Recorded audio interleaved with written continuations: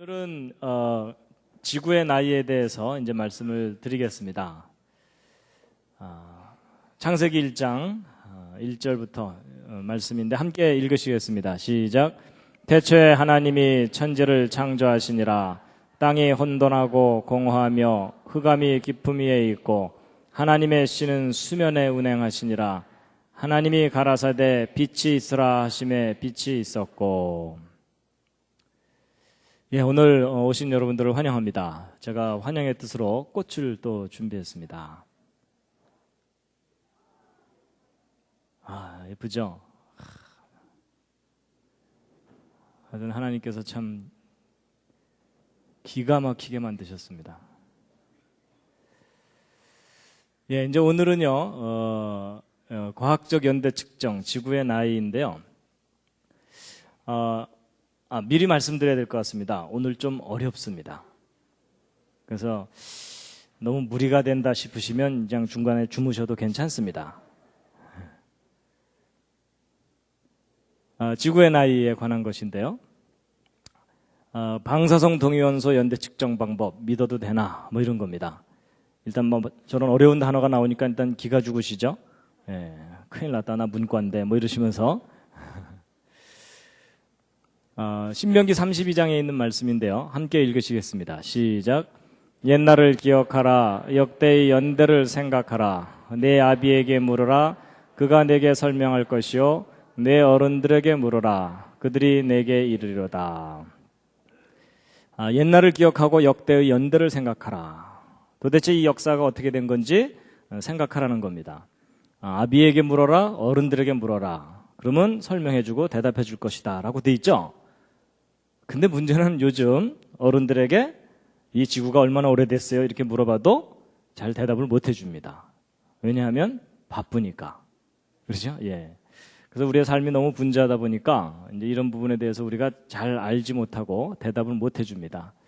근데 성경에는 분명히 대답해줄 것이라고 되어 있기 때문에 사실 어른들이 대답해줄 수 있어야 됩니다. 현재 진화론에서는요, 우리가 살고 있는 이 우주가 한 150억 년 이상 됐을 거다 이렇게 얘기합니다. 그리고 우리가 살고 있는 이 지구는 도대체 얼마나 오래된 것이냐 하는 것인데, 여러분 진화론에서는 이 지구가 얼마나 오래됐다고 가르칩니까? 예, 딱 한 학생이 알고 있습니다. 45억 년. 예. 그래서 한 45억 년 됐다 그러는데 진화론에 의하면 지금부터 46억 년 전에 이 지구가 태양으로부터 떨어져 나와서 불덩어리였다가 점점점 식었고, 그 와중에 분자들이 자기들끼리 결합해갖고 생명체가 저절로 생겨났고, 그리고 수억 년 세월 지나는 동안 이 다양한 생명체들이 생겨난 거다라는 겁니다. 그래서 이 지구 나이가 이제 46억 년 됐다 그러는데, 그럼 도대체 그 근거가 뭐냐 이렇게 물어보면 아는 사람들 별로 없습니다. 좀 이제 아는 분들이 방사성 동위원소 연대 측정법에 의해 그렇다 이렇게 얘기를 합니다. 근데 사실 저 방사성 동위원소 연대 측정법 참 이해하기 어려운 그런 내용입니다. 함께 읽으시겠습니다. 여전히 우리를 당황하게 하는 장면인데요. 예, 바로 창세기 1장인데요. 이제 다음 주에는 이제 저걸 읽으실 수 있도록 제가 가르쳐 드릴 겁니다. 예, 기대해 주시고요. 근데 성경을 보면, 여러분 성경 전체 역사를 정리해 보면 도대체 창조된 때가 지금부터 몇 년 전쯤입니까? 여러분 그 성경 역사를 기록된 그대로 정리를 하면 지금 현재 우리가 지금 2006년을 지금 살고 있는데, 2000년 전에 예수님 오셨고요. 그 다음에 예수님보다도 2000년 전에 이스라엘 사람들의 조상이 아브라함입니다. 아브라함은 BC 2000년경 인물이고, 그리고 또 이 아담부터 아브라함, 이삭, 야곱까지는 성경의 족보가 자세하게 나와 있습니다. 그래서 그대로 정리를 하면은 또 아담부터 아브라함까지가 한 2000년 정도로 정리가 됩니다. 그러면 2000년 하니까 모두 몇 년입니까? 한 6000년 정도로 역사가 정리가 됩니다. 자, 여러분 이 지구가 얼마나 오래됐는가에 대해서 이 학교에서 배우는 진화론에서는 46억 년 됐다 그러고요. 성경에 근거해서 이게 정리하고 계산해 보면 한 6000년 정도다라는 겁니다. 근데 여러분은 저 둘 중에 어느 쪽을 믿으십니까? 그래도 한 45억 년 쪽이 좀 타당할 것 같으다 하시는 분. 아니, 분위기상 손 못 들지 마시고요. 예. 아니다. 난 정말 6,000년 됐다고 믿는다. 오, 예, 의외로 용감하시군요. 예, 내려주시기 바랍니다. 사실 요즘 그 6,000년 됐다는 거 믿으면은 사람들이 의아해 합니다. 그렇죠? 저 사람이 과학교육을 안 받았군. 뭐 이러면서. 예. 그랬더니 어떤 분은요, 이쪽도 아닌 것 같고, 이쪽도 아닌 것 같고, 두 개 더해서 나누자. 뭐 이러는 분도 있습니다. 예. 그런데 이제 성경에 보면은 어른들에게 물어보라고 돼 있습니다. 그러면 대답해 줄 거라고. 예. 그래서 이제 우리가 이것에 대해서 좀 우리가 자세하게 알아야 되는데요. 여러분, 겉보기 나이라는 게 있고 실제 나이라는 게 있습니다. 여러분, 사람도요, 겉보기 나이가 있고 실제 나이가 있죠. 그러면서 옆에 있는 분을 쳐다보는 건 실례입니다. 보통 그 학교에 가서, 이제 대학이나 이런 데 가서, 나이가 들어 보이길래 열심히 인사하고 다녔더니 나중에 알고 봤더니 후배더라. 이러면 굉장히 신경질이 납니다. 그렇죠? 예. 그리고 이제, 후배인 줄 알고 막 말을 놨다가 나중에 의도 터지고 뭐 이런 경우 있죠? 예. 근데 사실 이제 우리가 정말 알고 싶은 것은 실제 나이입니다. 겉보기 나이에 속으면 안 됩니다. 지난번에 제가 이제 그랜드 캐년에 대해서 이야기해 드릴 때 이 퇴적층, 세인트 헬렌섬 화산 폭발 때 쌓인 퇴적층인데 이걸 실제로 관찰하지 않았다면 이게 수십만 년 이상 쌓였을 것이다라고 해석될 수밖에 없는 퇴적층인데 실제로 쌓이는데 3일밖에 안 걸렸다 그랬죠. 예. 그래서 겉보기에는 한 몇십만 년 된 것 같아 보이지만 실제로는 3일, 뭐 전체 쌓인 기간은 2년밖에 안 되는 겁니다. 그래서 우리가 겉보기 나이와 실제 나이를 혼동하면 잘못된 결론을 얻게 됩니다. 이 그랜드 캐년도 마찬가지입니다. 이게 이제 진화론에서는 이게 수억 년 세월 동안 만들어진 것이다라고 그렇게 해석하고 설명을 하지만 실제 이제 구체적인 증거들을 지질학적으로 확인해 보면 전 세계적인 대홍수 심판 때 1년 동안의 홍수 기간 동안에 순식간에 저 퇴적층들이 쌓인 거다라는 것에 대해서 지난번에 설명을 드렸었습니다. 그래서 퇴적층이 지구를 휩쓸고 도는 물들에 의해서 그냥 겹겹이 계속 쌓여 올라가서 짧은 시간 내에 쌓인 거기 때문에 겉에서 보기엔 수억 년이지만 실제로는 1년밖에 안 된 쌓이는데 그런 거라는 겁니다. 우리가 이제 어떤 대상들에 대해서 연대를 측정할 때 이게 얼마나 오래된 거냐라는 걸 측정할 때 직접 연대를 측정할 수 있는 게 있는가 하면 직접 측정하지 못하기 때문에 간접적으로 그 연대를 추정하는 수밖에 없는 경우가 있습니다. 그래가지고 이런 나무 같은 것들은 직접 연대를 측정해 볼 수가 있습니다. 뭐가 있기 때문에 그렇죠? 예, 나이테가 있기 때문에 이 나이테를 세면은 이게 몇 년 됐다라는 것을 거의 정확하게 이제 측정할 수가 있습니다. 그래서 이제 이 나이테 숫자를 세보면 이건 400년 된 나무인데요. 1597년부터 1991년까지 한 400년 동안 자란 나무의 나이테이고요. 이건 제가 독일의 그 프랑크푸르트 박물관을 갔을 때 사진 하나 찍어온 건데 이 나무 단면을 이렇게 전시해 놨는데요. 이게 2000년 된 나무라고 합니다. 2002년 된 나무. 그러니까 예수님 당시쯤 심겨졌던 나무다. 이렇게 봐야 되는 거죠. 그래서 이제 이 나이테를 세면은 나무 같은 것들은 직접 연대를 측정해 볼 수가 있습니다. 근데 이런 돌멩이나 이런 것들에는 나이테가 있지를 않거든요. 그러니까 이것은 직접 측정을 못하고 간접적으로 그 연대를 추정하는 수밖에 없습니다. 그랬을 때 이제 이렇게 간접적으로 그 연대를 알아내는 방법에는 상대 연대 추정법이라는 게 있고 절대 연대 측정법이라는 게 있는데요. 이제 상대적인 거란 건 무슨 말이냐면 A가 B보다는 오래됐다. 뭐 이런 식으로 순서만 이렇게 정하는 겁니다. 근데 이제 절대 연대 측정이라는 것은 A가 정확하게 몇 년 됐다. 이걸 알아내는 겁니다. 그래서 이제 이 절대 연대 측정법이라고 널리 알려진 것이 소위 그 방사성 동위원소 연대 측정법입니다. 여러분 그 창조론과 진화론 논쟁을 하다가 가장 안 풀리는 부분이 이 연대 문제입니다. 사람들이 잘 이해 못하고 있고 안 풀리는 부분이. 그래서 사실 이제 이 강의가 좀 딱딱하고 지루하기 때문에 제가 안 할까 그러다가 또 이 부분에 관심 있는 분들이 있기 때문에 이제 어렵지만 좀 해야 되겠다. 그래서 여러분 오늘의 고비만 잘 넘기시면 다음 주부터는 그래도 좀 낫습니다. 그래서 이제 오늘만 잘 넘겨주시면 감사하겠습니다. 그래서 이 방사성 동위원소 연대 측정법으로 이제 절대 연대라는 걸 측정한다는 건데요. 제가 여기다 물음표를 써놓은 이유가 사실 이 방사성 동위원소 연대 측정법이 어떤 절대적인 연대를 알아낼 수 있는 방법이 아닙니다. 그래서 제가 물음표를 써놨는데요. 어쨌든 이 방사성 동위원소의 대표적인 예가 우라늄, 방사성 탄소 뭐 이런 것들입니다. 일단 막 상태가 좀 복잡하죠? 그렇죠? 예. 자, 지금부터 문과 분들은 좀 들어주시고 이과 분들은 잠깐 쉬셔도 괜찮겠습니다. 예. 여러분, 하나님이 창조하신 이 세상에는 수많은 물질들이 있는데 그런 물질의 가장 작은 단위가 원자입니다. 원자.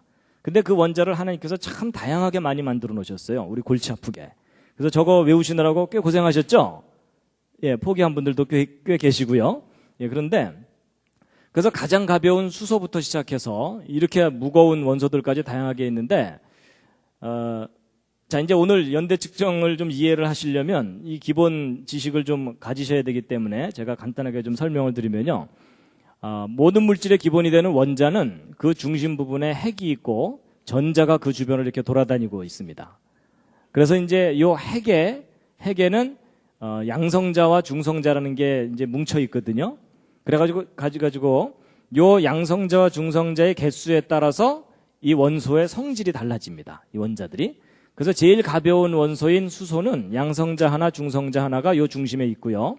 그래서 이 양성자의 개수를 이제 원자 번호라 그러고 요 두 개 합친 것을 원자량, 그러니까 원자 하나의 무게 뭐 이렇게 얘기를 합니다. 지금 막 방언이 나오고 있죠? 그 다음에 이제 탄소는 이 양성자 6개, 중성자 6개 이래가지고 이렇게 돼 있습니다. 그러니까 원자량이 12입니다. 원자 무게가. 그런가 하면 예를 들어 이 우라늄이 있죠. 우라늄은 이 양성자가 92개, 중성자가 100개가 넘어요. 그래서 이 우라늄 원자 하나는 이 수소 원자 하나보다도 100배 이상 무거워요. 그래서 우라지게 무거워서 우라늄이라고 했는지는 잘 모르겠지만 뭐 하여튼 그렇습니다.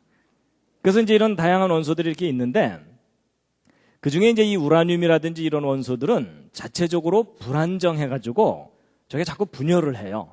그래서 다른 원소로 좀 가벼운 원소들로 이렇게 몸무게를 줄이는 그런 반응이 일어납니다.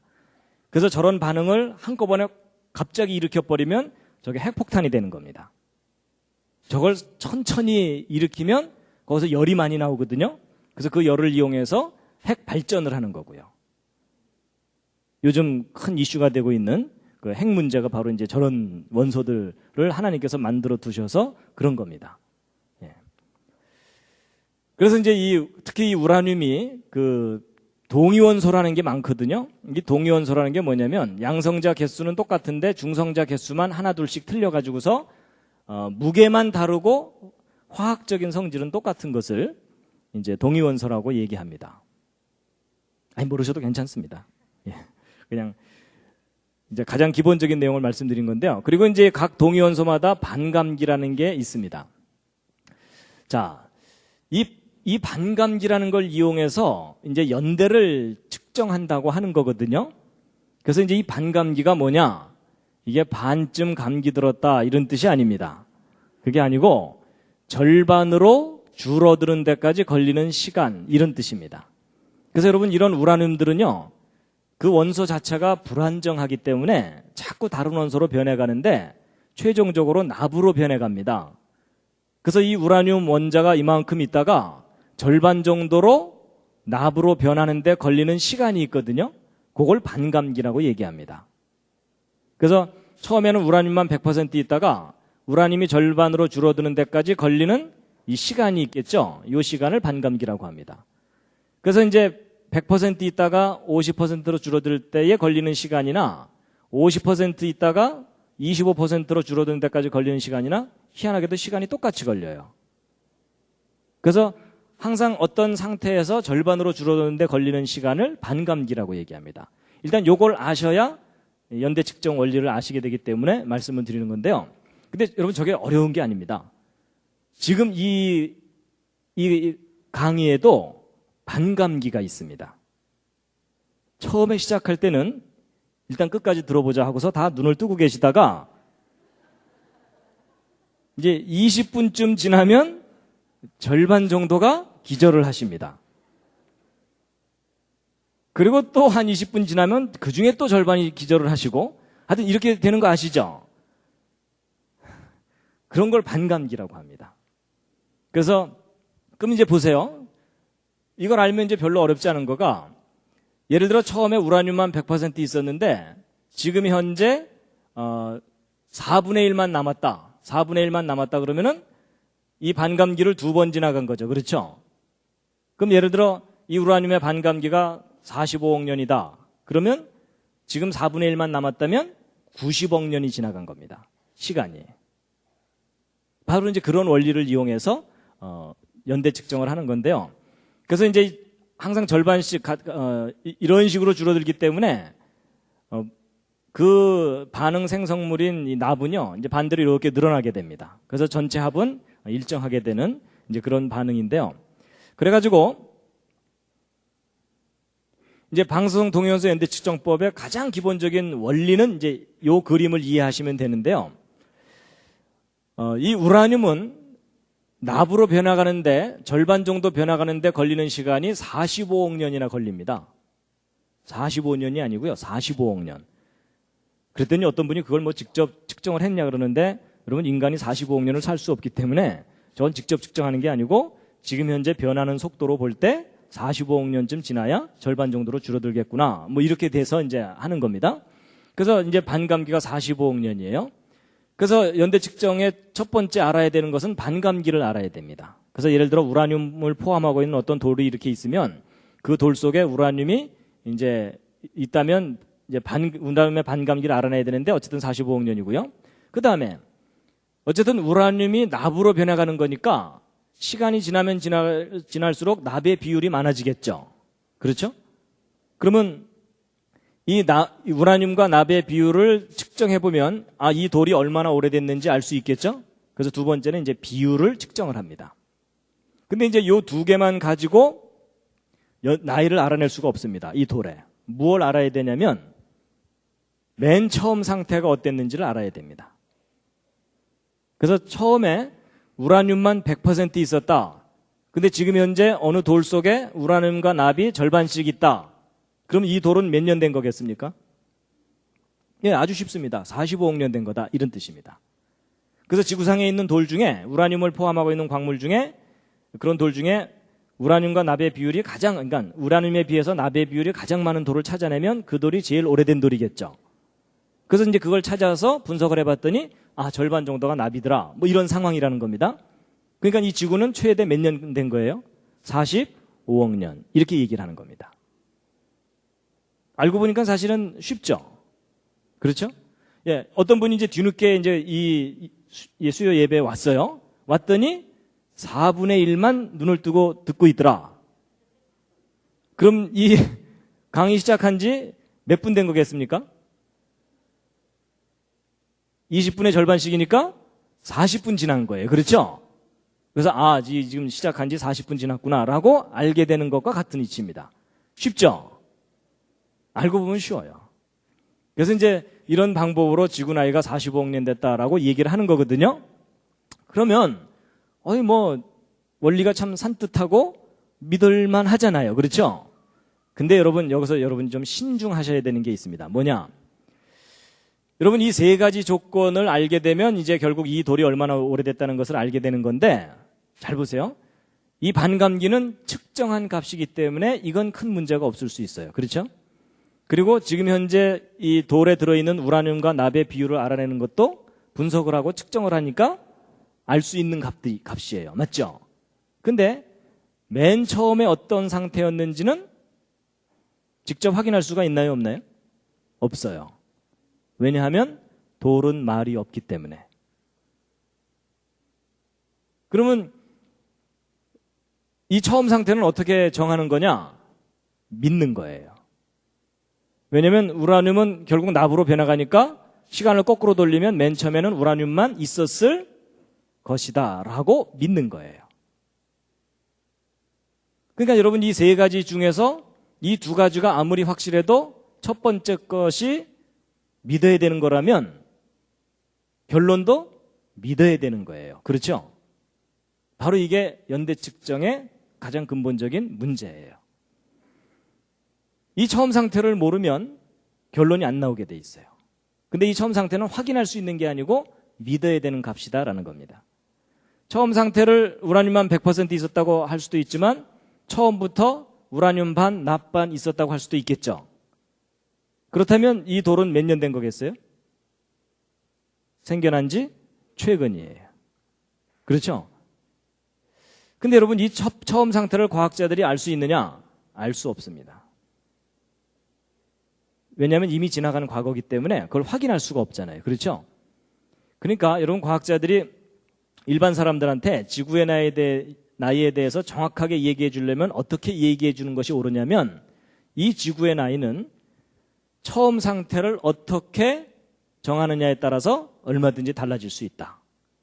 그러니까 처음에 우라늄만 100% 있었다면 이 지구 나이에는 최대 45억 년이다. 그러나 처음부터 절반씩 있었다면 이 지구는 생겨난 지 얼마 안 된 것이다. 근데 처음 상태는 직접 확인할 수 없기 때문에 이것은 믿어야 되는 거다. 그래서 지구 나이는 최근에서 최대 45억 년까지 중에 어느 한 연대일 것이다 라고 얘기를 해줘야 정확하게 표현해 주는 거예요. 근데 지금 현재 과학자들이 이 둘 중에 어느 상태를 믿고 있을까요? 100%만 있었을 때를 믿고 있어요. 그래서 최대값을 사람들에게 얘기해 주고 있는 겁니다. 근데 왜 최대값을 얘기해 주느냐? 왜냐하면 왜 그럴까요? 진화론에서는 가능한 한 긴 시간이 필요하기 때문에 그렇습니다. 창조론에서는 긴 시간이 필요한가요? 그럴 필요가 없어요. 그렇죠? 그래서 여러분 진화론은 그 진화론이 사람들에게 설득력 있게 받아들여지려면 굉장히 긴 시간이 필요해요. 그래서 저 다양한 가능성 중에 최대값을 항상 얘기하는 겁니다. 그래서 처음 상태를 모르는 것이 연대 측정의 가장 근본적인 문제점이다라는 것을 이제 말씀을 드렸습니다. 그래서 결국 이거는 좀 논리적인 얘기니까 넘어가고요. 결국 연대 측정은 처음 상태를 모르기 때문에 정확한 값으로 연대를 알아낼 수가 없다는 겁니다.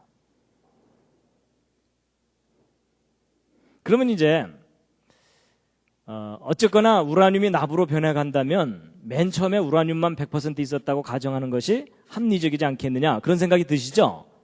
그런데 한 가지 재미있는 단서가 발견됐어요. 뭐냐? 초기 조건이 100% 우라늄이 아닐 가능성이 높다는 거예요. 뭐냐면 여러분 제가 아까 우라늄이 납으로 이렇게 변해간다고 말씀을 드렸지만 실제로는 곧바로 납으로 변하는 게 아니라 이렇게 기구한 운명을 거쳐서 납으로 변해갑니다. 조금 이따 시험 보겠습니다. 그려라. 그것도 불 끄고 저는 옆에서 떡을 썰고 그래가지고 이렇게 이제 변해가는데요. 근데 이렇게 변해가는 과정 중에 여기 알파선이라는 게 튀어나옵니다. 근데 이 알파선이 사실은 뭐냐면 헬륨이에요. 헬륨. 그래서 우라늄 원자 하나가 납으로 변할 때까지 알파선이 모두 8개가 나옵니다. 근데 이건 질량 보존의 법칙에 의해서 반드시 나오게 돼 있어요. 그래서 과학자들이 이제 뭘 검증해 봤냐면요. 이제 이 헬륨이, 여러분 헬륨은 보통 이런 풍선 같은 데다가 이제 헬륨을 집어넣어서 띄우고 그러거든요. 에드벌룬 이런 것들이요. 과학자들이 이제 뭘 계산해 봤냐면 그러면 우라늄이 붕괴돼서 납이 만들어지는 거라면 헬륨은 계속 그동안 나왔을 거 아닙니까? 그래서 지구가 정말 45억 년 됐다면 45억 년 되는 동안 그동안 빠져나온 헬륨의 양을 계산을 해볼 수가 있겠죠. 그래서 정말 45억 년 된 만큼 헬륨이 방출돼 나왔는지를 검증을 해볼 수가 있어요. 그래가지고 제가 이제 그 이해를 쉽게 하기 위해서 상대적인 숫자로 말씀드리겠습니다. 예를 들어 지금 현재 지구상에 우라늄 원자 100만 개, 납 원자 100만 개가 있다고 치자고요. 그러면 진화론의 주장대로라면 이 지구가 45억 년 전에 우라늄만 100% 200만 개가 있었겠죠. 그러면 이제 45억 년 지나는 동안 이제 100만 개의 납이 생긴 거겠죠. 근데 여러분 아까 우라늄 원자 하나당 헬륨, 우라늄이 납으로 하나 변하는 거에 해당돼서 헬륨이 몇 개가 방출된다 그랬냐면 8개가 방출된다 그랬어요. 그렇죠? 예, 8개가 방출된다 그랬는데 그렇게 본다면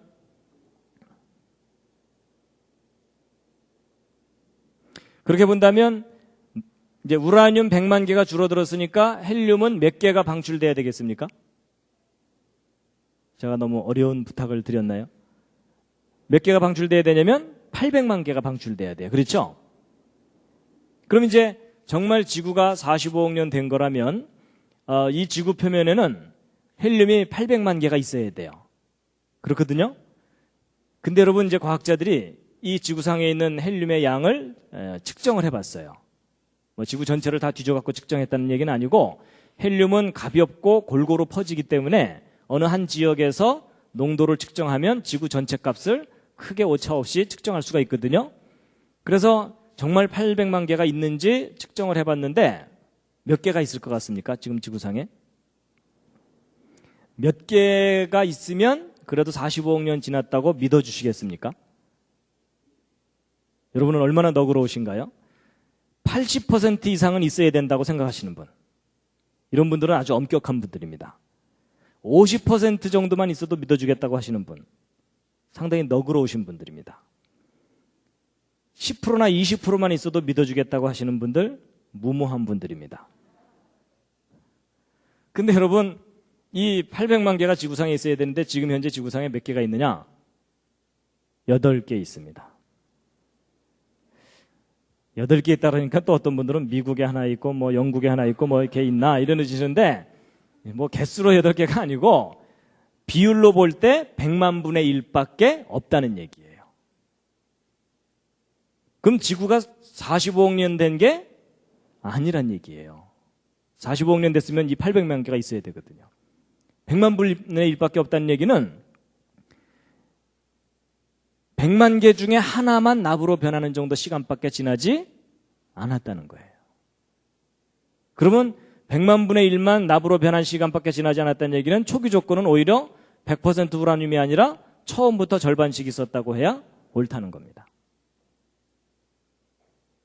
그래서 이 방사성 동위원소 붕괴에 의해서 지구 연대를 주장하는 과학자들한테 이상한 점이 바로 이거예요. 너무 헬륨이 적다는 거예요. 지금 지구상에. 자, 그런데 이제 보세요. 지금 이 물리학자들이 이런 상황을 알까요, 모를까요? 자기 전공인데 알겠죠. 그렇죠? 그러면 저걸 어떻게 해결할까요? 일단 지구 나이가 45억 년 됐고 진화가 일어났다는 것은 변경시키지 않으려고 하기 때문에 저걸 어떻게 설명하느냐? 그동안 방출된 이 800만 개의 헬륨이 지구 바깥으로 그동안 날아갔다. 이렇게 설명을 해요. 근데 네가 봤냐? 이러면 또 할 말은 없어요. 날아갔을 수도 있고 안 나갈 수도 있는데 그럼 이제 이게 정말 날아갈 수 있는지 아닌지를 또 서로 막 계산을 하잖아요. 그럼 양쪽에서 계산을 하는데 여러분 조건을 어떻게 결정하느냐에 따라서 결과가 달라지게 돼요. 근데 그 조건들이 수십 개예요. 결국 무슨 얘기냐면 자기가 어떤 관점을 갖고 바라보느냐에 따라서 결론이 달라질 수가 있다는 얘기죠. 그럼 결국 지구 나이 정확하게 알 수 있다는 거예요? 없다는 거예요? 이 방법으로는 지구 나이를 정확하게 알 수 없다는 거예요. 그러니까 이게 무슨 얘기냐면 일반 사람들은요, 이 과학자들이 무슨 특별한 존재인 것처럼 생각했고 돌멩이 하나 주고서 이거 얼마나 오래됐는지 좀 알아주세요 이러면은 과학자들이 무슨 기계에다가 이렇게 탁 집어넣고 단추 딱 누르면 끼리릭 한 다음에 주인님 몇 년 됐습니다. 뭐 이렇게 나오는 줄 알아요. 근데 그렇지가 않습니다. 실제 그 연구를 시작해서 결론이 나올 때까지 모르는 거 투성이에요. 모르는 거 투성인데 과학자들은 모르는 게 있으면 항상 어떻게 하느냐? 요런 조건이 요렇다면 하고 가정을 하게 돼 있어요. 그래서 가정이 그 과정 중에 하나라도 들어가면 결론은 사실이 아니라 믿는 거예요. 왜냐면 이 가정을 믿어야 이 결론이 나오니까요. 그렇죠? 근데 바로 연대 측정이라는 것도 뭔가 정확한 프로세스에서 정확한 값이 나오는 줄 알지만 이렇게 불확실한 면들이 여기저기에 있다는 겁니다. 그래서 길게 설명드렸지만 결론이 뭐냐? 지구 나이는 방사성 동위원소의 특징으로 정확하게 알 수가 없다는 겁니다.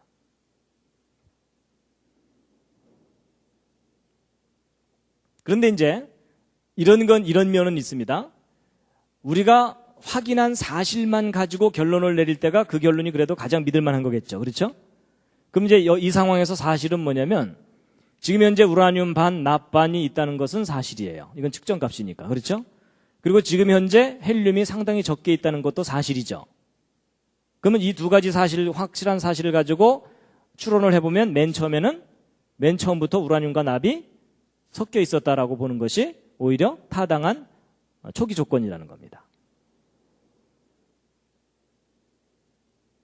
그래서 이제 말씀을 드렸고요. 잠시 기지개를 한번 쫙 켜시겠습니다.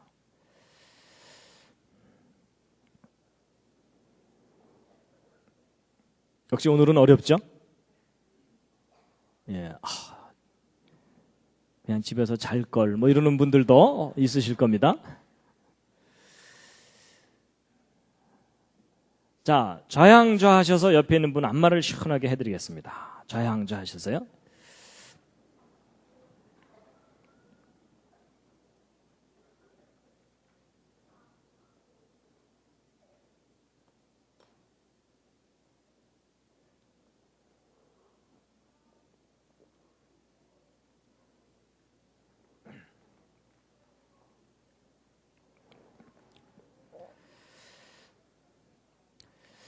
예, 반대로도 해주시겠습니다. 반대로도. 예, 이제 날이 쌀쌀해지니까 옷이 두꺼워져 갖고 먼지만 나죠? 그렇죠? 예.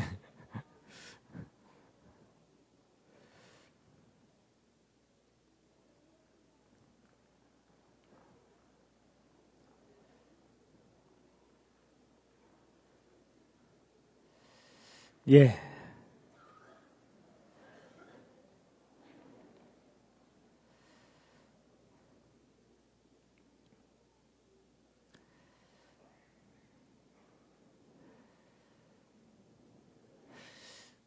예, 들어오시면서 보셔서 알지만 제가 이 첫 번째 강의를 드디어 DVD로 이제 만들었습니다. 그래서 이렇게 강의한 내용을 그대로 찍은 다음에 자료 화면들을 다 이렇게 집어넣어 가지고 이제 이해하기 쉽게 이렇게 만들었는데 특히 첫 번째 강의는 전도 대상자에게 이렇게 권해드리면 아주 효과가 있습니다. 그래서 널리 좀 많은 분들에게 드려서 이 대한민국 모든 사람들에게 이 내용이 상식이 되는 그날까지 여러분들이 협조를 해주셔야 됩니다. 그래서 이게 상식이 되면요, 이 내용이 상식이 되면 대한민국 기독교 국가 됩니다. 거의 뭐 안 믿는 표정들이신데. 자, 이제 근데 이런 겁니다. 여러분 이제 앞에까지 얘기한 것은 어느 정도 이론적이고 논리적인 얘기였고요. 여러분 아무리 좋은 논리도 실제 적용했을 때 맞아야만 돼요. 맞죠? 그래서 이제 방송 동영상 연대 측정 원리는 이게 만들어져 있지만 그걸 실제 현장에 적용했을 때 맞아야 그 방법이 옳은 거잖아요. 그렇죠? 그래서 이제 실제 이 그랜드 캐년에 대해서 연대 측정한 결과를 예로서 말씀을 드리겠습니다. 정말 방송 동영상 연대 측정 방법이 믿을만한지요? 여러분 이 그랜드 캐년은 지난번 말씀드린 대로 이게 이제 쌓인 후에 깎여나가고 뭐 이런 과정을 되풀이한 건데 일단 이 처음에 퇴적층이 이렇게 쫙 쌓였다가 한번 깎여나갔어요. 그렇죠? 깎여나가지고서 이제 선캄브리아계 퇴적층이 이렇게 지금 있고요. 그 다음에 이제 대홍수 때 다시 퇴적층이 쌓인 거예요. 그렇다가 홍수 이후에 호수가 뻥 터지면서 그랜드 캐년의 계곡이 푹 깎여나갔다 이런 말씀을 드렸죠. 그래서 단계적으로 이제 이렇게 형성된 것인데 그런데요. 이 선캄브리아계가 이제 고생된데 이 그랜드 캐년의 주 퇴적층이 쌓인 기간은 한 3억 년쯤이라고 그렇게 보고 있습니다. 그래서 이 그랜드 캐년에 대해서 이제 연대 측정을 해야 되는데 근데 이제 여러분 그런 거 아세요? 모든 암석에 대해서 동위원소 연대 측정을 하는 게 아닙니다. 일단 퇴적층에 대해서는 방사성 동위원소 연대 측정을 적용하지 않습니다. 자, 이게 무슨 말이냐? 일단 옆에 있는 분과 한번 상의해 보시겠습니까? 퇴적층에는 방사성 동위원소 연대 측정을 적용할 수 없다라는 말이 무슨 말인지 별로 상의하고 싶은 표정들이 아니십니다. 여러분, 이게 무슨 말이냐면요. 이 퇴적층, 바로 이게 어디서부턴가 옮겨와서 쌓인 것을 퇴적층이라고 하는데, 여러분 보세요. 우리가 알고 싶은 건 뭘 알고 싶은 거냐면 이 퇴적층이 쌓인 때가 언제냐를 알고 싶잖아요. 그렇죠? 근데 이 퇴적층 속에 들어있는 이 우라늄이나 납은 퇴적될 때 쏙 들어가는 게 아니고 이 흙들이 옮겨오기 전부터 그 흙 속에 포함되어 있던 것들이에요. 맞죠? 그럼 이 동위원소들은 퇴적한 때부터 붕괴하는 게 아니고 여기로 오기 전부터 붕괴하고 있었기 때문에 얘네들이 알려주는 것은 퇴적 때부터의 연대가 아니라 여기 오기 전부터의 붕괴된 시점을 가르쳐주는 거니까 정작 이 속에 들어있는 동위원소를 분석해봤자 퇴적 당시의 연대를 알 수 있는 게 아니죠. 그래서 여러분 퇴적층에 대해서는 퇴적암에 대해서는 방사성 동위원소 연대 측정 방법을 적용하지 않아요. 해봤자 의미도 없고. 그런데 그런 사실 모르셨죠? 근데 여러분 지구상에 있는 지구 표면에 있는 대부분의 암석은 뭐라고요? 퇴적암들이에요. 그리고 정작 우리가 알고 싶은 것도 퇴적된 연대를 알고 싶은 거예요. 근데 대부분의 퇴적암에 대해서는 측정을 직접 못해요. 참 아이러니한 일이죠. 그럼 이제 어떻게 해야 되느냐? 이 속에 있을 수 있는 어떤 화성암에 대해서만 합니다. 이게 마그마가 녹았다가 굳어진 거 있죠? 그런 것들에 대해서만 연대 측정이 가능해요. 그래가지고 이 그랜드 캐니언의 구조를 보면은요, 대부분은 다 퇴적층이기 때문에 이걸 직접 떼어내갖고 연대 측정하는 게 불가능하고, 여기 보시면은 이 산캄브리아기 퇴적층 중에 이 카디나스 베이설트라고 하는 화성암이 있어요. 요거에 대해서 이제 연대 측정이 가능하고, 그 다음에 여기 용암이 이렇게 뿜어져 내려온 이런 게 있거든요. 이제 요거에 대해서만 연대 측정이 가능해요. 그래갖고 여기 보시면 여기 까맣게 흘러내린 거 있죠? 그러니까 이 용암은 계곡 파이고 난 다음에 흘러내린 거잖아요. 근데 요 밑에 있는 것은 이 퇴적층 형성됐을 때 이제 형성된 거겠죠. 그러니까 요 밑에 있는 요 카디나스 베이설트라고 하는 것하고 요 위에 흘러내린 것 사이에는 진화론에 의하면 적어도 몇 년 이상 차이가 나야 되냐면 이 고생대 퇴적층 쌓이는 데만 3억 년 걸렸다 그러니까 적어도 3억 년 이상 연대 차이가 나야 되죠. 어느 쪽이 젊어야 됩니까? 요 위에 흘러내린 게 젊어야 되죠. 그래갖고 이제 요 두 샘플에 대해서 방사성 동위원소 연대 측정을 한 결과값이 바로 요 값들인데, 요걸 좀 크게 좀 해가지고 크게 해서 이제 그 연대를 알려드리면요. 일단 여기 있는 카디나스 베이설트라고 하는 이 암석에 대해서 연대 측정을 여러 가지 방법으로 해봤더니 평균 10억 년보다 약간 아래예요. 그렇죠? 그러면 여기 흘러내린 이 용암은 이것보다는 적어도 몇 억 년 젊어야 되죠. 그렇죠? 그러니까 대략 5억 년 근처의 연대가 나와야 되겠죠? 근데 실제 이제 요 샘플에 대해서 기존의 방사성 동위원소 연대 측정 방법을 그대로 적용을 해서 연대를 측정해 봤더니 몇 년이 나오느냐? 평균 10억 년이 넘어요. 이건 너무 이상하죠? 그러니까 손자가 할아버지보다 더 늙은 거예요.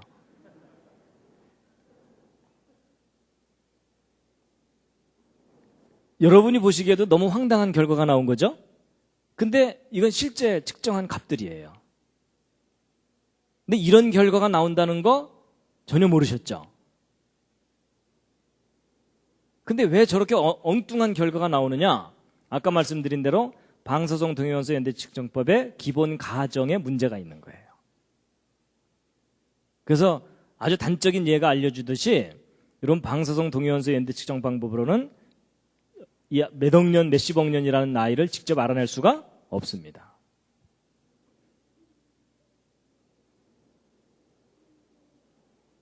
그래서 이제 이 방사성 동위원소 연대 측정으로는 이런 것들을 알 수가 없고요.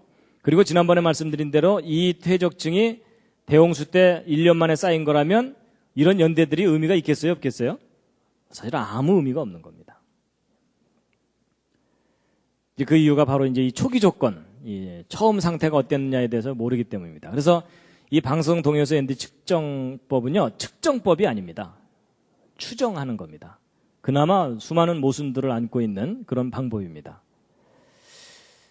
그럼 이제 여러분이 한 가지 궁금한 게 있을 텐데요. 뭐냐면 신문이나 텔레비전이나 이런데 가끔 뭐 이런 거 나와요. 뭐 몇 억 년 전 화석이 발견됐다. 뭐 이런 거 있죠.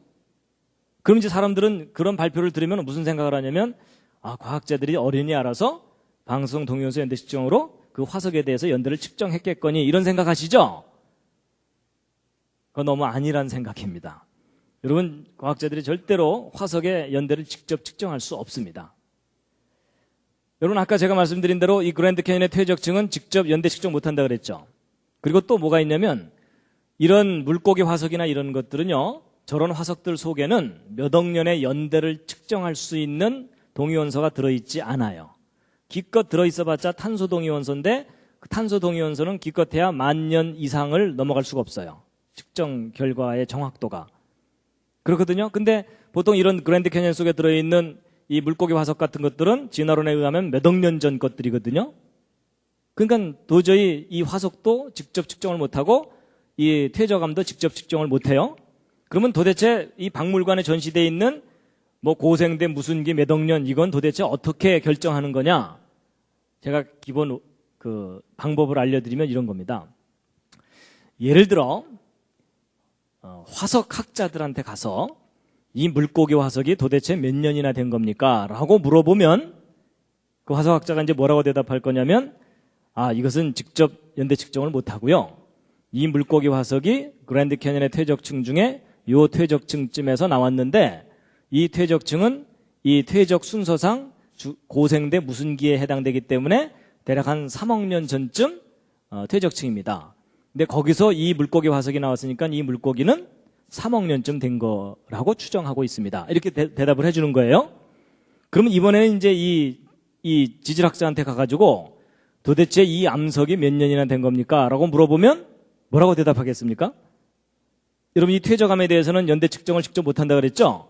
그러니까 직접 하지 못하니까 이 퇴적암 속에서 이 물고기 화석이 나왔는데 이 물고기 화석은 진화의 순서상 고생대 이 어류가 살았던 시대에 존재했었을 생명체니까 지금 한 3억 년 전쯤 생명체로 추정이 됩니다. 근데 요게 여기서 나왔으니까 이 퇴적층은 한 3억 년쯤 된 거라고 보고 있습니다. 이렇게 하는 거예요. 뭐가 앞뒤가 맞는 듯 하면서도 허전하시죠? 여러분, 이걸 뭐라 그러냐면 순환 논리라 그래요. 순환 논리. A는 B에 핑계를 대고 B는 A에 핑계를 대면서 서로가 절대적인 근거를 제시해주지 못하는 경우를 순환 논리라고 하거든요. 근데 바로 화석과 퇴적암에 대한 연대 측정이 이런 방법으로 이루어지고 있어요. 이런다는 사실 모르셨죠? 뭐 어련히 알아서 정확하게 측정했을라고라고 믿어주셨죠? 믿어주신 게 잘못하신 겁니다. 더 이상 방법이 없어요. 근데 왜 이렇게 하느냐면 이 이상 방법이 없어서 그래요. 그래서 여러분, 그 박물관에 전시되어 있는 그 몇 억 년 있죠? 그게 무슨 실제 역사적인 그 연도가 아니에요. 바로 이런 식으로 진화론에 가정해서 추정을 하는 것들입니다. 그래서 이렇게 매겨놓은 연대들이 진화론을 또 뒷받침해주고 있어요. 그럼 진화론이라는 이론은 저렇게 연대를 매기는 걸 뒷받침해주고 있고, 그게 이게 그 연대 측정 방법입니다. 기존에. 그래서 이런 사실을 우리가 좀 알아야 됩니다. 그래서 여러분, 진화론에서 얘기하는 지구 나이 46억 년 실제 역사적인 시간이 아닙니다. 가상적인 시간입니다.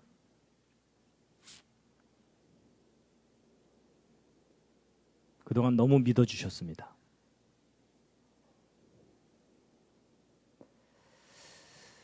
자, 그래서 이제 지금까지 말씀드린 건 뭐냐면 지구가 몇십억 년 됐다는 그 주장이 결코 무슨 절대적인 근거가 있는 것이 아니고 수많은 가정들에 의해서 그렇게 추정하는 것일 뿐이다라는 걸 말씀드렸는데요. 그럼 이제 반대로 아까 이 성경을 이렇게 정리해 보면은 한 6,000년 역사가 된다 그랬죠?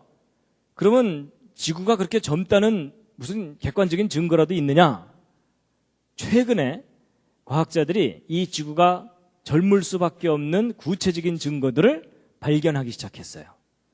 그래서 아주 젊은 지구에 대한 첫 번째 증거가 바로 이 보석들이에요. 일단 하나씩 나눠 가지시죠. 여러분, 성경을 보면 그 계시록에 보면 막 황금 보석이 있는 그 천국에 대한 기록이 나오잖아요. 그렇죠? 그래서 하나님께서도 이 보석을 참 귀하게 이제 생각하시고 또 그렇게 이제 표현을 하시는데, 근데 놀랍게도 저 보석 속에다가 하나님께서 기가 막힌 증거를 넣어두신 거 아세요? 최근에 이제 과학자들이 그걸 발견했는데요. 젊은 지구의 증거를 넣어두셨어요. 보통 이런 보석들은 진화론에 의하면은 아주 아득한 과거에 막 열과 압력을 받아서 형성된 거다, 이렇게 이제 얘기를 하기 때문에 저런 돌 자체가 아주 오래된 연대를 나타내는 것처럼 사람들이 그렇게 알고 있는데요. 일단 구경부터 하시죠. 근데 이런 보석 종류가 기본적으로 지르콘이라고 하는 암석이거든요. 그래서 지르코늄, 실리콘, 산소 이런 것들이 막 복합적으로 이렇게 결합이 돼가지고서 이런 결정체를 이루는 겁니다. 그런데 최근에 과학자들이 이제 어떤 걸 발견했냐면, 이런 지르콘이라고 하는 이런 보석들 속에 우라늄 원자들이 아주 미세하게나마 들어있다는 것을 알게 됐어요. 그래갖고 이 속에 들어있는 이 우라늄이 시간이 지나면서 붕괴되면서 헬륨을 방출시키거든요, 이렇게. 그런데 놀라운 사실은 이런 것들이 막 몇 억 년 이상 됐다고 사람들이 그렇게 생각해 왔었는데, 몇 억 년 전에 이게 정말 존재했었다면 그동안 방출된 헬륨은 원자 크기가 너무 작기 때문에 아주 쉽게 저 암석 바깥으로 빠져나가요. 그러면 저런 돌이 정말 수억 년 세월 지난 거라면 저 속에는 그동안 방출된 헬륨이 남아있질 않고 대부분 다 슬슬슬 빠져나가 있어야 돼요. 근데 최근에 어떤 것들이 발견됐냐면, 이제 15억 년쯤 됐을 거라, 15억 년 전에 만들어졌을 거라고 하는 이런 이 보석 속에서 상당량의 헬륨이 남아있는 게 확인이 되고 있어요. 그럼 무슨 얘기냐면요, 이게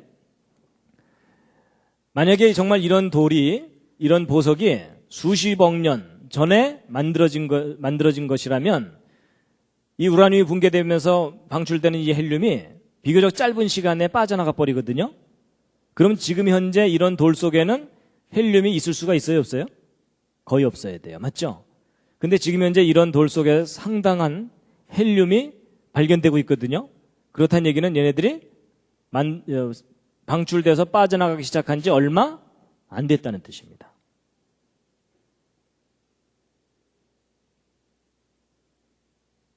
그래서 보통 이런 것들 막 10억 년 됐다 막 이런 식으로 그동안 막 얘기를 했었는데, 절대로 그렇게 오래된 돌이 아니라는 강력한 증거가 발견된 거예요.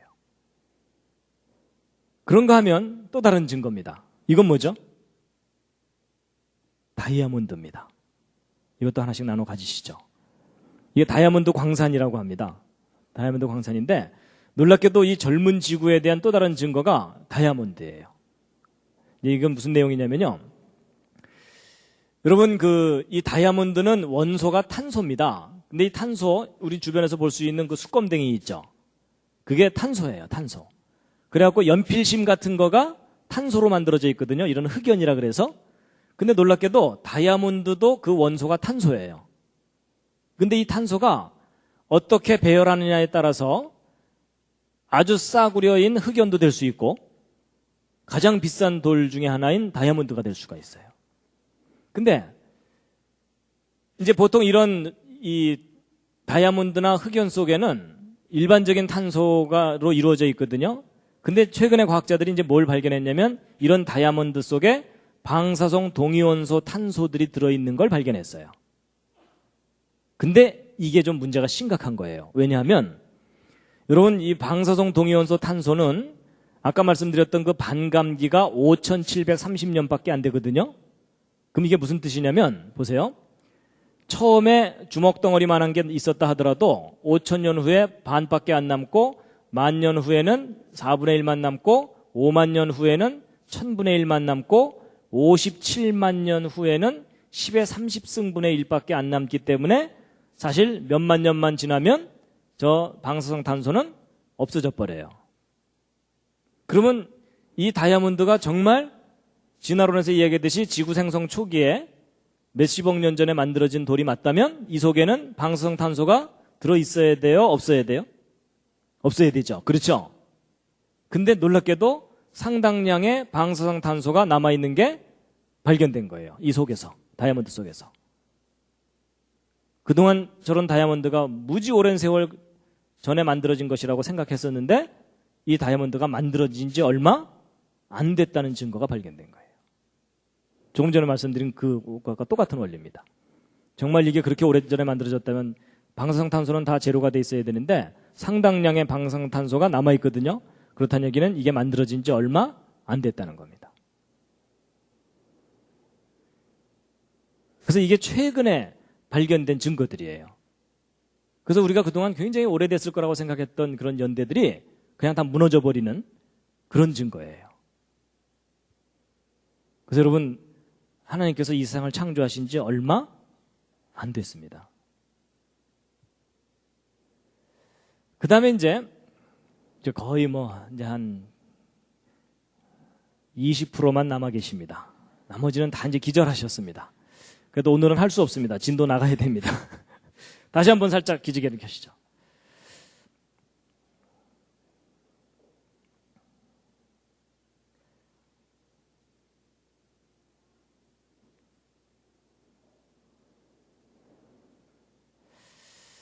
그 다음에 이제 신문 같은 데 이렇게 보거나 텔레비전을 보면은 구석기 시대 유물이 발견됐는데 탄소 동위원소 연대 측정을 했더니 몇만 년이더라 이런 거 있죠. 인간의 유골도 발견을 했는데 직립원인의 유골을 발견했는데 그게 몇십만 년 됐다 이런 얘기들을 하잖아요. 그랬을 때 이제 도대체 그런 유물들에 대해서 연대를 매기게 되는데 보통 이제 방사성 탄소를 이용해서 연대를 매긴다 그래요. 그럼 이제 사람들이 그런 말들을 다 믿어주는데 이제 그 원리를 좀 아시고 나면 그게 결코 믿을 만한 게 아니라는 것을 아실 수가 있는데요. 여러분, 탄소 동위원소 연대 측정법은 이제 원리가 뭐냐면요. 여러분, 공기 중에 질소가 있죠. 그렇죠? 여러분, 이 공기 중에는 산소가 20%, 질소가 80% 이렇게 있습니다. 근데 질소는 우리가 아무리 마셔도 우리 몸으로 들어오질 않고 그냥 얘는 들락날락만 하고 산소만 이제 우리 몸속에 흡수됐다가 그러는 거거든요. 근데 공기 중에 이렇게 질소가 있는데 이런 질소가 우주선을 맞으면 우주선이라고 그랬더니 어떤 분이 챌린저하고 충돌했나 이러는데 그런 우주선이 아니고 우주의 어떤 강한 빛들이에요. 그런 빛들을 맞으면 얘네들 중에 핵가닥 해가지고서 탄소로 변하는 경우가 있어요. 그러니까 얘는 출시는 질소인데 화학적인 성질은 탄소예요. 근데 이제 질소가 탄소로 변했기 때문에 얘는 방사성 탄소예요. 그런데 이런 탄소가 산소가 결합해서 CO2를 만든 다음에 광합성을 통해서 식물 속에 흡수가 되거든요. 그럼 이렇게 흡수된 이런 식물을 이런 말이나 이런 초식 동물들이 뜯어 먹으면 이 몸속에 방사성 탄소들이 저렇게 들어가겠죠. 그렇게 이제 그래서 얘가 이제 살아있는 동안에는 먹고 배설하니까 몸 안의 농도가 일정하게 유지되다가 얘가 죽고 나면 어떻게 되겠어요? 더 이상 들어오는 방사성 탄소는 없는데 얘는 시간이 지날수록 점점 붕괴되어 가거든요. 그래서 얘가 죽고 나면은요, 이 속에 들어있던 방사성 탄소가 다시 질소로 되돌아가 버려요. 그래갖고 시간이 지날수록 점점 이렇게 방사성 탄소의 양이 줄어들게 돼 있어요. 그러면 방사성 탄소가 얼마나 줄어들는지를 측정하면 이 뼈가 얼마나 오래됐는지를 알 수 있겠죠. 그래갖고 이제 바로 그런 방법으로 측정을 하는 거예요. 그래서 아까 제가 반감기가 5,000년 정도라 그랬기 때문에 예를 들어 이제 처음에 이런 상태였는데 지금 현재 2개밖에 안 남았다. 그럴 경우는 5,000년 정도가 2번 지난 간 거잖아요. 그래서 이 뼈는 10,000년쯤 된 거다. 이렇게 얘기를 하는 겁니다. 대략 이해가 되시죠? 근데 문제는 우리가 발견하는 건 지금 현재에 발견된 뼈예요, 이게. 근데 얘가 죽을 당시에 탄소 농도는 알 수가 있어요, 없어요? 없어요. 왜냐하면 뼈는 말이 없기 때문에. 그렇죠? 그럼 도대체 이제 얘가 죽을 당시에는 방사성 탄소가 어느 정도 농도로 있었겠느냐를 알아내야 되는데 직접 알 수가 없으니까 어떻게 가정을 하냐면 지금 현재 살고 있는 말 뼈 속에 방사성 탄소가 얼마나 들어있는지를 알아내갖고 얘도 죽기 직전에는 이런 농도였을 거라고 가정을 하는 거예요. 가정을 한다는 얘기는 아까부터 뭐였어요? 믿어야 된다는 얘기라 그랬죠? 그러면 얘가 정말 죽기 전에, 이 뼈가 죽기 직전에 이런 농도였겠느냐 하는 것을 검증을 좀 해봐야 되는데 어떤 게 있냐면요. 여러분, 지구가 큰 하나의 자석인 거 아시죠? 그래서 북극과 남극이 있어갖고, 그 나침반 같은 걸 이렇게 놓으면은, N극은 북극을 가리키고 이러잖아요? 한쪽이. 그래서 지구가 한 큰 자석입니다.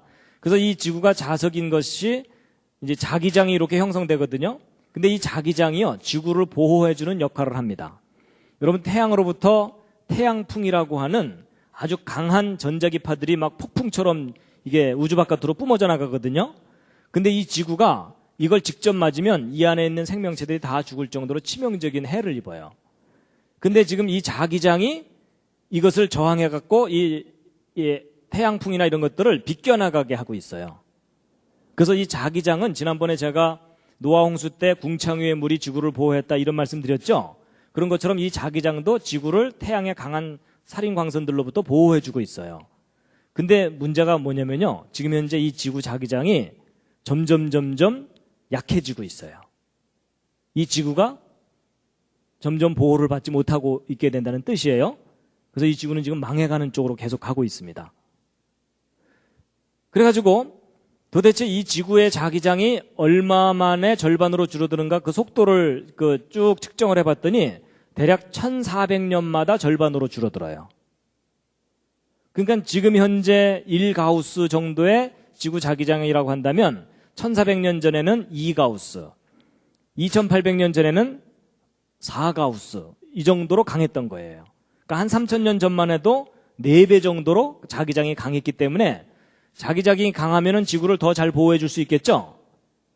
근데 3000년 전에 지구 자기장이 4배로 강했다면 왜 지구 바깥에서 들어오는 강한 전자기파들이 상당히 많이 막아지죠. 그 자기장이 강하면 이 강한 광선들이 지구 쪽으로 못 들어오기 때문에 이 질소가 방사성 탄소로 변하는 비율이 작게 돼요. 그러면 지금부터 3000년 전만 하더라도 이 방사성 동위원소가 대기 중에 아주 희박했던 거예요. 엷었던 거예요. 그러면 지금부터 2~3000년 전에 죽은 동물의 몸속에 들어있던 방사성 탄소는 원래 적었던 거죠. 그렇죠? 근데 문제는 지금 우리가 어떻게 계산을 하냐면 지금 현재 살고 있는 말뼈 속에 들어있는 방사성 농도는 상당히 높거든요. 근데 지금 현재 값을 초기 조건으로 했기 때문에 굉장히 오래된 것처럼 계산이 된다는 뜻이에요. 그래서 바로 이런 것들이 이 과정 속에 들어있기 때문에 방사성탄소 동위원소를 분석해가지고 연대를 정확하게 측정한다는 일이 그렇게 정확한 값이 아니라는 겁니다. 그래서 이제 한 가지 어떤 재밌는 걸 말씀드릴 거냐면요. 공룡 화석을 방사성 탄소를 이용해서 연대를 측정해 본 거예요. 근데 이제 이게 좀 문제가 심각한 겁니다. 뭐냐? 여러분, 공룡은 진화론에 의하면 수천만 년 전에 멸종한 동물이에요. 맞죠? 그러면 수천만 년 전에 멸종한 그 공룡 뼈 속에 탄소가 들어있었다 하더라도 아까 말씀드린 대로 방사성 탄소는 반감기가 5000년밖에 안 되니까 몇만 년만 지나면 거의 제로가 된다 그랬죠? 그러면 정말 이 공룡 뼈가 수천만 년 전에 죽은 뼈라면 이 방사성 탄소는 이 공룡 뼈 속에 남아 있어야 돼요? 없어야 돼요? 당연히 없어야 돼요. 맞죠? 그건 엄연한 사실이죠. 진화가 맞다면, 진화론의 주장이 맞다면. 근데 놀랍게도 아크로캔토사우루스라든지 알로사우루스, 아주 유명한 공룡들이거든요. 이 공룡 뼈들에 대해서 방사성 탄소 연대 측정을 해봤더니 36,000년, 25,000년, 23,000년 이런 연대가 나왔어요. 그럼 여러분, 이렇게 연대값이 측정이 됐다는 얘기는 저 공룡뼈 속에 뭐가 들어있다는 얘기예요? 방사성 탄소가 들어있으니까 측정한 거잖아요. 그렇죠? 이게 엄청난 모순인 거 아시겠죠? 정말 공룡이 수천만 년 전에 멸종한 게 맞다면 절대로 이런 결과는 나오면 안 되는데 이런 결과가 나왔다는 얘기는 거꾸로 생각해야 돼요. 이 공룡들이 죽은 지 얼마 안 됐기 때문에 공룡뼈 속에 탄소 동위원소가 남아있는 거예요. 이건 실제 측정되는 값들이에요. 그러면 이제 이 측정한 연대값은 맞는 거냐? 그건 일단 아니에요. 아까 말씀드린 대로 저런 측정값들이 초기 조건을 잘못 설정했기 때문에 부풀려지는 연대들입니다. 실제로는 저렇게 몇만 년 된 뼈는 아니에요. 성경이 옳다면은 몇천 년 이내의 뼈들이에요. 그래갖고 이제 미국에서요, 이 창조론 과학자들이 재미있는 장난을 친 적이 있어요. 무슨 장난을 쳤냐면, 공룡뼈를 발견한 다음에 그 아주 유명한 대학의 그 방송 동영상 분석하는 곳에다가 보냈어요. 연대 측정 좀 해달라고. 그런데 이 뼈가 공룡뼈라는 얘기는 안 했어요. 왜 안 했을까요?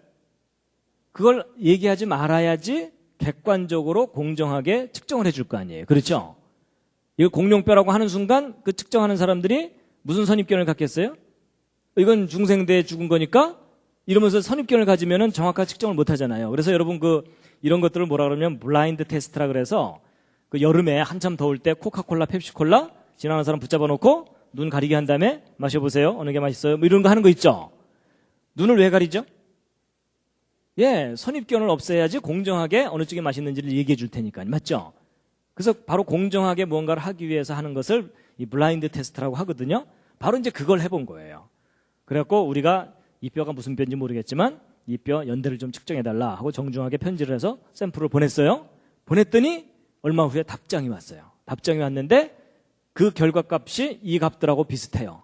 10,000년 내외예요. 그러니까 사실 진화론적인 관점으로 보면 황당한 결과잖아요, 사실. 그래갖고 이제 다시 편지를 또 보냈어요. 뭐라고 보냈는지 아세요? 우리가 보낸 뼈가 공룡뼈지롱 이러면서 보낸 거예요. 물론 그렇게 얄밉게 표현은 안 했죠. 그렇지만 그냥 하여튼 내용은 우리가 보낸 뼈는 사실 이미 우리가 공룡뼈라고 알고 있는 뼈를 보낸 거다. 그런데 이 10,000년이라는 연대가 나와서 우리 좀 황당하다. 뭐 이런 식으로 다시 편지를 보냈어요.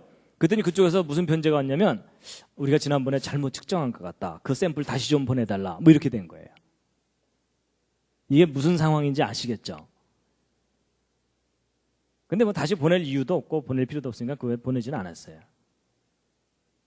그러니까 여러분 진화론 시나리오가 정말 맞다면 이런 해프닝은 일어나서는 절대 안 된다는 거예요.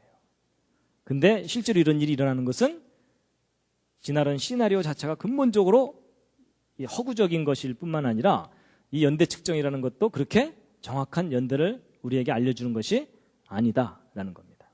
그래서 여러분 보통 그 기사에 나올 때 몇만 년 넘어가는 것 있죠? 하여튼 10,000년 넘어가는 연대는 이게 상당히 부풀려진 거거나 가공된 연대다라는 것을 생각하시면 틀림이 없습니다.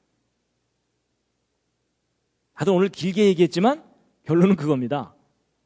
제발 좀 믿지 말아주세요. 그 연대들. 그래서 그 기본적인 그 상황을 모르면 사람들은 결과만 알으려고 하거든요. 그래서 자꾸 매스컴에서 막 이렇게 큰 문자로 막 몇만 년 이러면 사람들은 그것만 받아들입니다. 그 뒤에 배경은 모르고. 그래서 공룡도 죽은 지 얼마 안 됐다는 거예요. 결국 이 진화론 이게 다 근본적으로 이게 소설입니다. 소설. 예.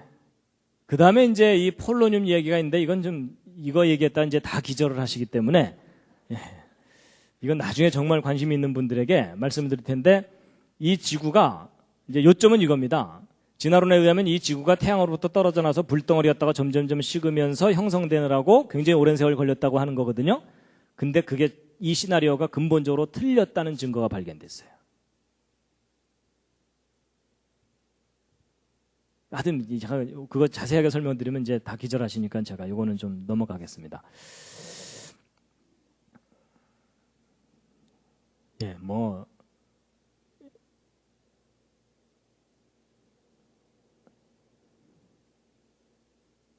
그래서 여러분 이 지구가 그렇게 오래된 별이 아니다라는 것에 대한 증거들이 이런 보석들 속에서 이제 발견되고 있다라는 것을 최근의 뉴스를 이제 말씀드렸고요. 그래서 진화론에서 얘기하는 그 연대들이 이제 잘못된 것이고, 그리고 지난번에 이제 그 제가 인구 증가 계산해 드렸었죠. 예, 인구 증가라는 것으로 검증을 해보아도 이 지구는 뭐 몇십만 년 이상 됐다는 것도 인류 기원 연대가요. 몇십만 년 이상 됐다는 것도 이제 허구다라는 것을 이제 말씀드린 것도 좀 기억을 해 두시고요. 그다음에 이제 역사에 대해서도 지난번 인류 기원 얘기할 때 우리는 하도 진화론 교육을 받다 보니까 구석기 시대가 막 따로 있었다 이렇게 생각하는데 그게 아니라 원시와 문명은 항상 공존해 왔던 거다. 이런 모든 것들을 종합해서 볼 때 결국 인류의 역사, 지구의 역사, 생명의 역사가 진화론에서 얘기하는 그런 연대들이 절대 아니라는 겁니다.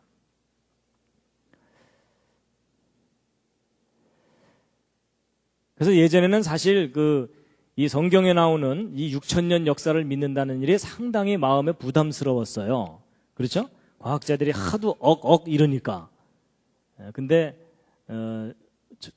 과학이 발달하고 자세한 발견들이 이루어지면서 이 지구가 창조된 지 정말 얼마 되지 않았구나라는 것을 믿을 만한 증거들이 자꾸 발견되고 있습니다.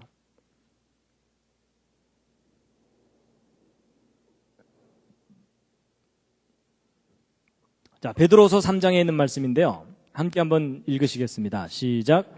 먼저 이것을 알지니 말세에 기롱하는 자들이 와서 자기의 정욕을 조차 행하며 기롱하여 가로되 주의 강림하신다는 약속이 어디 있느뇨? 조상들이 잔후로부터 만물이 처음 창조할 때와 같이 그냥 있다 하니 이는 하늘이 옛적부터 있는 것과 땅이 물에서 나와 물로 성립한 것도 하나님의 말씀으로 된 것을 저희가 잊으려 함이로다. 그럼 베드로서를 보면요, 사람들이 나중에 조롱을 한다는 겁니다. 그냥 오래전부터 있었던 것처럼 앞으로도 계속 될 텐데 뭐 언제 끝이 있고 뭐 이러겠느냐.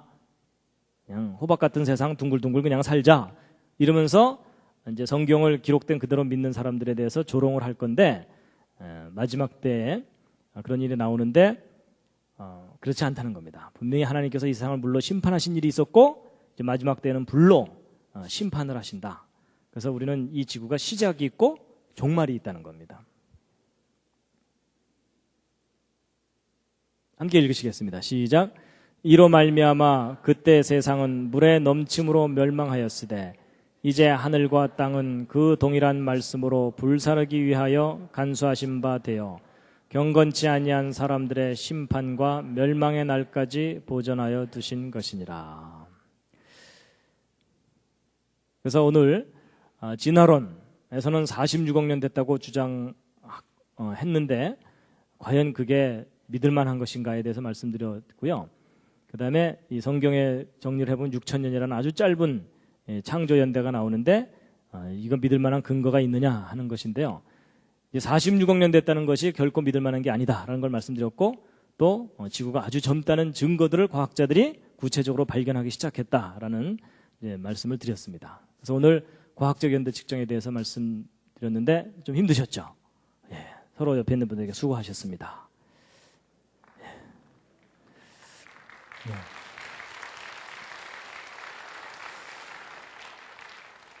마지막 꽃입니다.